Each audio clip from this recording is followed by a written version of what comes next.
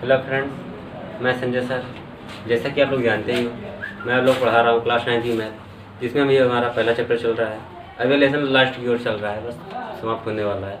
जिसमें मैंने last video में आप लोगों को बताया उदाहरण 12 नंबर से लेकर 20 नंबर तक मैंने आपको बता दिया है। आज उसके आगे प्रश्नावली है 1.5। आइए देखते हैं प्रश्नावली 1.5 का पहला क्वेश्चन जो दिया है।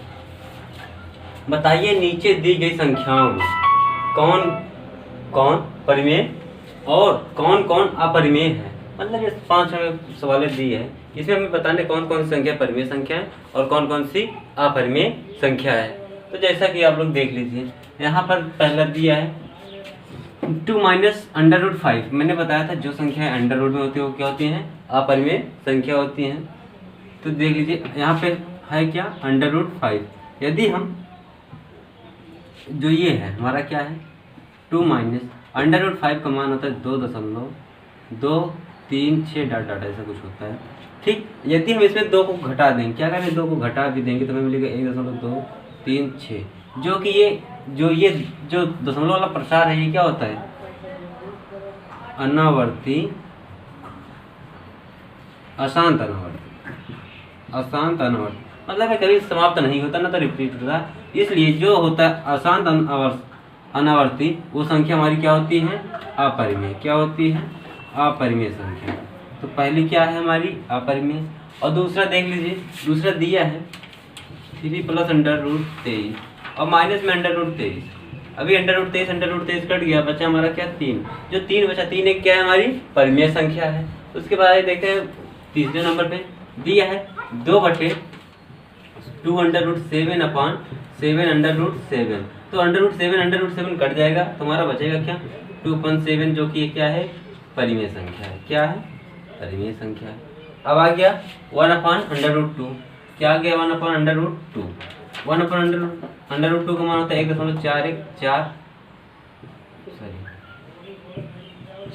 होता है, जो कि क्या है अपरिमेय संख्या है। यदि अपरिमेय संख्या में हम परिमेय संख्या में भाग देंगे तो भी हमें क्या मिलेगा, अपरिमेय संख्या मिलेगी। या क्या है हमारी अपरिमेय है। और 5वें क्वेश्चन में हमें मिला जैसा कि पाई आप लोग जानते हैं पाई क्या है, परिमेय संख्या है। यदि परिमेय संख्या में अपरिमेय संख्या में परिमेय संख्या का गुणा करेंगे तो हमें मिलेगा क्या, अपरिमेय। अर्थात ये भी हमारा क्या है, अपरिमेय संख्या। तो आइए फ्रेंड देखते हैं क्वेश्चन नंबर 2 जो दिया है। निम्नलिखित व्यंजकों में से प्रत्येक व्यंजक को सरल कीजिए। मतलब जो व्यंजक ये हमें दिए गए इन सबको हल करना है, सरल करना है, वही चीज हल करना।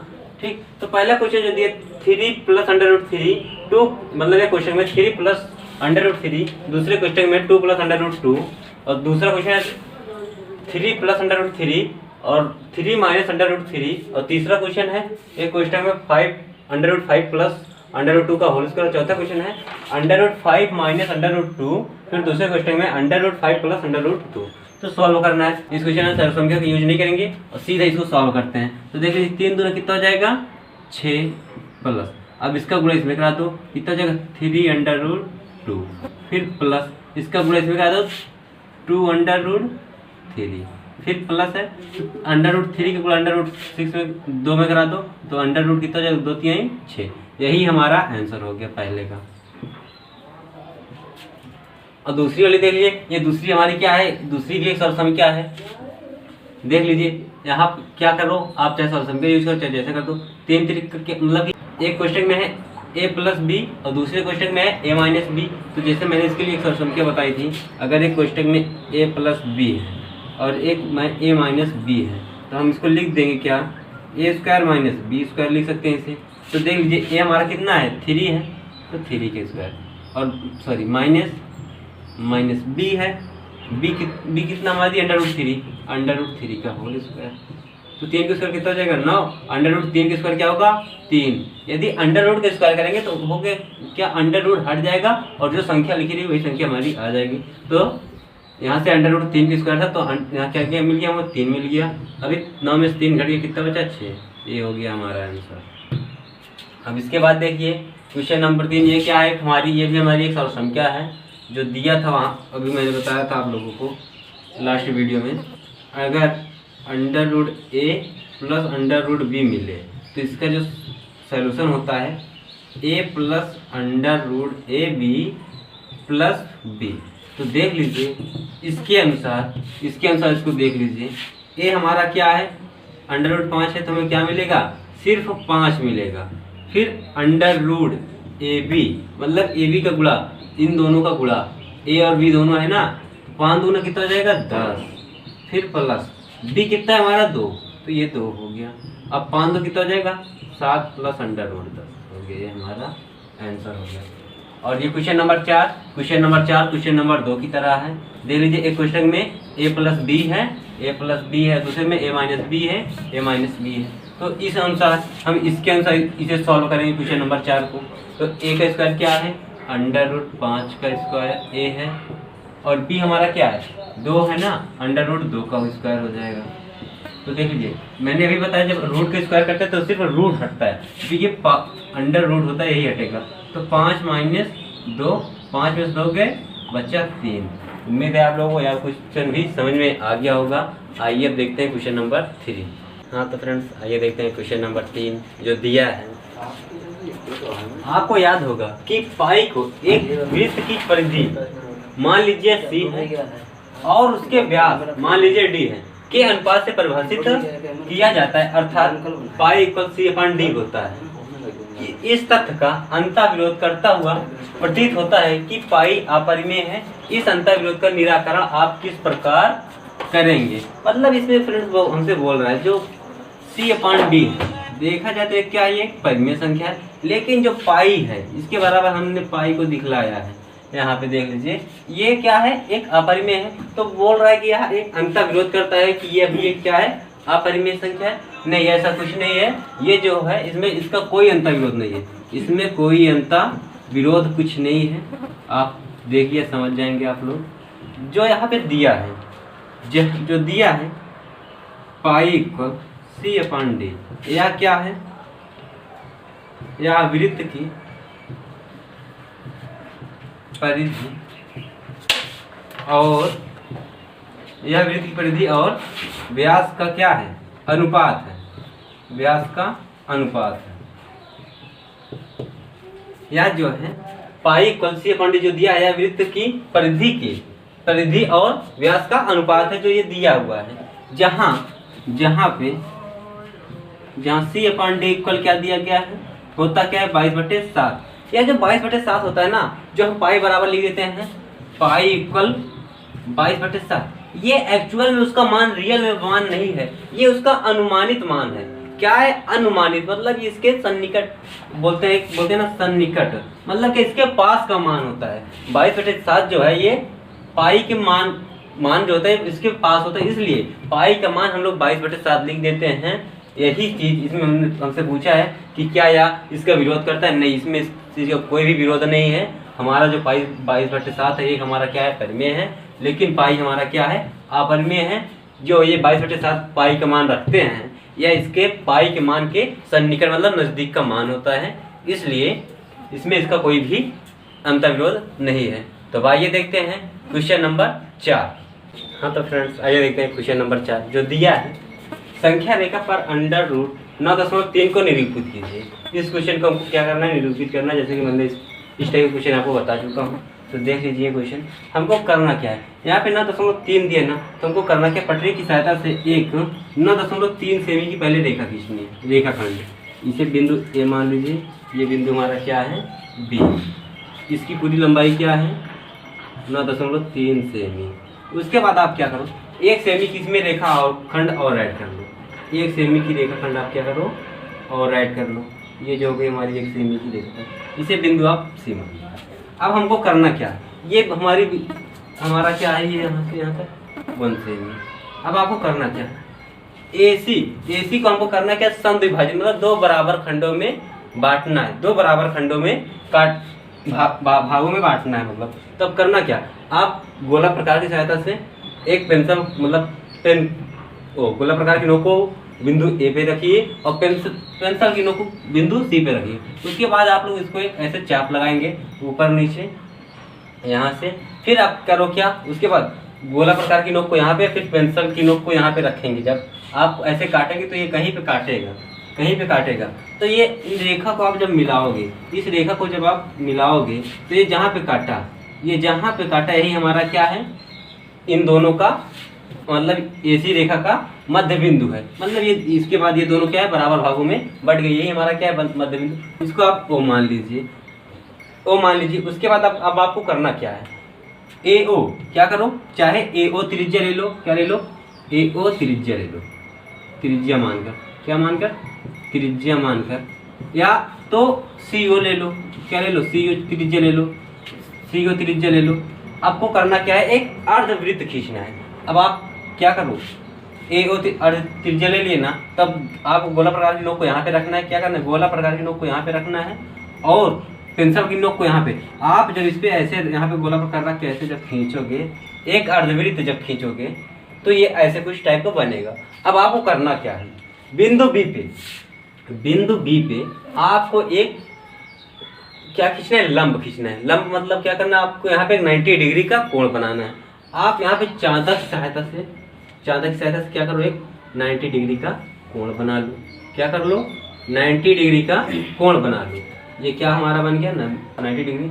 और यहाँ पे ये बिंदु हमारा क्या आ गया, डी। कौन सा बिंदु आ गया, डी। अब आपको करना क्या है, अब आप करना क्या है, इसे आप इसको ऐसे मिला दीजिए, डॉट डॉट पॉइंट यहाँ पे डी पे। अब इसको आप मिला दीजिए। उसके बाद अब आपको गोला प्रकार की नोक को, जो गोला प्रकार का नोक है, क्या करना है, गोला प्रकार की नोक को बिंदु बी पे रख के, एक बिंदु बी पे रख के डी तक का त्रिज्या ले लीजिए। मतलब बी डी का त्रिज्या लेकर के बिंदु बी को केंद्र मानकर एक आप यहाँ से ऐसे डॉट डॉट पॉइंट में एक चाप लगाइए। क्या कीजिए, चाप लगाइए। ये जहाँ पे काट, जहाँ पे इस रेखा को काटेगा, जहाँ पे इस रेखा को काटेगा वहीं पे हमारा बिंदु पी है। क्या है, मान लीजिए बिंदु पी। यहाँ जहाँ पे हमारा बिंदु पी है, यहीं पे हमारा अंडर रूट 9.3 स्थित है।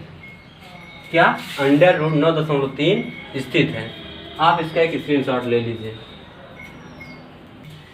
उम्मीद है आप लोगों को यह क्वेश्चन समझ में आ गया होगा। एक बार मैं आपको इसको फिर से बता दे रहा हूँ। हमको देखो करना क्या है, पहले एक संख्या रेखा खींच लेनी है, बड़ी सी एक रेखा खंड खींच लिए। उसके बाद आपको करना क्या है, पहले 9.3 क्या करना है, कितना हमको दिया, अंडर रूट 9.3। तो आपको करना क्या है, अपनी पट्टी की सतह से 9.3 सेमी की एक रेखा खंड खींच लीजिए। मान लीजिए वो आया कहाँ पे, बिंदु बी तक आया। उसके बाद आपको फिर 1 सेमी की, फिर क्या करना है, 1 सेमी की रेखाखंड और खींचना है। तो बिंदु हमारा क्या हो गया, सी। अब सी के बाद हमको करना क्या है, AC जो हमारा आ गया, AC, इसको हमको क्या करना है, समद्विभाजक मतलब 2 बराबर भागों में बांटना है। उसके लिए आप करो क्या, गोला प्रकार की सहायता से क्या करो, गोला प्रकार की नोक को यहाँ पे रखो और पेंसिल की नोक को यहाँ सी पे, बिंदु सी पे रखो। आप एक चाप खींचिए, इधर से यहाँ पे कटेगा और यहाँ पे कटेगा। फिर आपको करना क्या है, बिंदु सी पर गोला प्रकार की नोक रखिए और पेंसिल की नोक को A पर रखिए। यहाँ से जब आप चाप लगाएंगे तो यहाँ पे ऐसे काटेगा। जहाँ पे ये दोनों एक दूसरे को काटेंगे, जहाँ पर ये दोनों एक दूसरे को आपस में काटेंगी, तो उसी के सामने जो हमारी रेखा खंड पे, उसी के सामने आप क्या कीजिए, एक रेखा खंड खींच लीजिए, इन दोनों को मिला दीजिए ऐसे। जहाँ पे ये रेखा खंड इसको काटेगा वहीं भी हमारा क्या होगा, ये इन दोनों का मध्य बिंदु होगा। इसे मध्य बिंदु मान लीजिए O है हमारा मध्य बिंदु क्या है, AO, और O, मतलब कि AC का मध्य बिंदु O है। अब AO बराबर क्या हो गया, हमारा OC हो गया। ये दोनों क्या हो गए, बराबर हो गए। अब आपको करना क्या है, AO त्रिज्या ले लो, चाहे AO त्रिज्या ले लो, चाहे CO त्रिज्या लेकर। अब O को केंद्र मानकर एक हमको खींचना क्या था, एक अर्धवृत्त। ऐसे हमने यहाँ पे किया, गोला प्रकार की नोक को यहाँ पे रखा और ऐसे पेंसिल की नोक से हमने क्या किया, एक अर्धवृत्त बना दिया। ये जो बना, उसके बाद आपको करना क्या है, बिंदु बी पे आपको करना क्या है, गोला प्रकार की सहायता से आप 90 डिग्री का कोण बना दो। क्या करूँ, 90 डिग्री का कोण बना दो। तो ये जो 90 डिग्री का कोण बन गया, अब आपको करना क्या है, OD को यहाँ से ऐसे आप मिला दीजिए डॉट डॉट पॉइंट में। ये बिंदु हमारा क्या गया, D आ गया। तो अब करना क्या, आप पेंसिल गोला प्रकार की नोक को बिंदु B पे रखिए और पेंसिल की नोक को D पर रखिए। आप उसको ऐसे डॉट डॉट पॉइंट में ऐसे यहाँ पे तक खींच दीजिए। यहाँ पे आप बिंदु कुछ भी दे सकते हो, मैंने यहाँ पे बिंदु P दे दिया। अब जो हमारा जो अंडर रूट 9 था, बिंदु कहाँ पे है, बिंदु P पे। कहाँ पे, बिंदु P पर क्या स्थित है हमारा, √9.3 स्थित है। उम्मीद है आप लोग का क्वेश्चन समझ में आ गया होगा। आइए हम देखते हैं क्वेश्चन नंबर 5। हाँ तो फ्रेंड्स आइए देखते हैं इस प्रश्नावली की लास्ट क्वेश्चन नंबर 5 जो दिया है, निम्नलिखित के हरों का परमेयीकरण कीजिए। मैंने परमेयीकरण का मतलब आप लोगों को बता दिया पहले से। जो ये हर है, ये जो हर है, ये सब क्या है, अपरिमेय में है। हमको इसको बदलना किसमें, परिमेय में बदलना है। तो इसलिए देखिए हमको करना क्या है, जब बोल दिया निम्नलिखित के हरों का परमेयीकरण कीजिए, हमें इसका परमेयीकरण करना है। तो मैंने आपको बताया था 1/√7 दिया है, तो आपको गुणा करना, जो हर में दिया है उसी संख्या का ऊपर नीचे क्या करना है आपको, गुणा। तो देखिए यहाँ पे क्या आ जाएगा, √7 तो कम 7 आ जाएगा। अंडर रूट का जब गुणा होता है ना, तो अंडर रूट हट जाता है, सिर्फ जो संख्या होती है एक संख्या वही आ जाएगी 7। यही हमारा क्या है, आंसर है पहले का। उसके बाद आ जाइए आप दूसरे पे। मैंने दूसरे के लिए देख लीजिए, इसका जो होगा 1/√7 माइनस √6। तो इसमें भी मैंने बताया था क्या, इसका भी, इसके हर का भी इधर ऊपर नीचे गुणा होगा, लेकिन अगर प्लस रहता है तो माइनस में, यदि माइनस रहता है तो प्लस में। अब देख लीजिए यहाँ पे माइनस है ना, तो हम इसको जो परमेयीकरण करेंगे यहाँ पे प्लस का चिन्ह लेकर इसका हर में ऊपर नीचे गुणा कराएंगे। तो देख लीजिए ये 1 है, तो कोई गुणा, 1 से गुणा करने में कोई इफेक्ट नहीं आएगा। तो ये क्या हो गया, √7 प्लस √6 बटे, ये देखो ये आप देखो तो एक हिसाब से एक फार्मूला बन रहा है वर्गांतर वाला। एक कोष्टक में a माइनस बी, एक कोष्टक में प्लस बी। तो होता क्या है, तो a² √7 का स्क्वायर माइनस √6 का स्क्वायर। और मैंने अभी बताया हूँ, अगर अंडर रूट का स्क्वायर होता है, क्या होता है, अगर अंडर रूट का स्क्वायर होता है तो अंडर रूट हट जाता है, जो संख्या रहती है वही संख्या आ जाती है। अब देख लीजिए √7 प्लस √6, 7 में से 6 गए, 1 बचा। यही हमारा क्या है, आंसर। अब देख लीजिए क्वेश्चन नंबर 3 इसी प्रकार से है। अब यहाँ पे देख लीजिए आप लोग, यहाँ पे प्लस में दिया, यहाँ पे क्या दिया था, माइनस में। यहाँ पे माइनस में दिया, हमने क्या किया, इसके हर में जब परमेयीकरण कराने लगे तो प्लस क्या किया, यहाँ पे माइनस था तो प्लस का चिन्ह लेकर हमने ऊपर नीचे क्या किया, गुणा किया। अब यहाँ पे प्लस में दिया तो हम क्या करेंगे, यहाँ पे माइनस का चिन्ह लेंगे। तो 1/√5 प्लस √2। अब जब ऊपर नीचे गुणा करेंगे, यहाँ प्लस तो अब क्या आ जाएगा, माइनस √5 माइनस √2, √5 माइनस √2। ये आंसर में गुणा कर दिए। अब देखिए 1 का गुणा करेंगे तो कोई इफेक्ट नहीं पड़ेगा, तो √5 माइनस √2 हो गया। ये फिर वही फार्मूला बना, एक कोष्टक में a प्लस बी और एक कोष्टक में a माइनस बी। तो हो क्या जाएगा, √5 का होल स्क्वायर माइनस √2 का होल स्क्वायर। मैंने बताया जब अंडर रूट का स्क्वायर करते हैं सिर्फ अंडर रूट हटता है। क्या हटता है, अंडर रूट हट जाएगा। तो यहाँ पे हमें मिला क्या, √5 माइनस √2 बटे 5 माइनस 2। तो अब देख लीजिए √5 माइनस √2 बटे 5 में से 2 गए 3 बच गया, 5 में से 2 गए 3 बच गया। अब आप इसका देख लीजिए, इसका क्वेश्चन में हम करेंगे क्या, यही वही करना क्या है, वही चीज़। अभी देखिए जैसे यहाँ पे किए थे, सेम इसी टाइप के क्वेश्चन भी ये हैं। आप लोग इसको कर लीजिएगा। अगर आपको से क्वेश्चन नहीं सॉल्व होता आप कमेंट कीजिए, मैं आपको या क्वेश्चन बता दूंगा। उम्मीद है आप लोग को सारे क्वेश्चन समझ में आ गए होंगे। जो क्वेश्चन आपको नहीं समझ में आया आप कमेंट कीजिए, मैं उसका रिप्लाई दूंगा, आपको बताऊंगा कि ये क्वेश्चन किस प्रकार से लगेगा। Thank you for watching my video.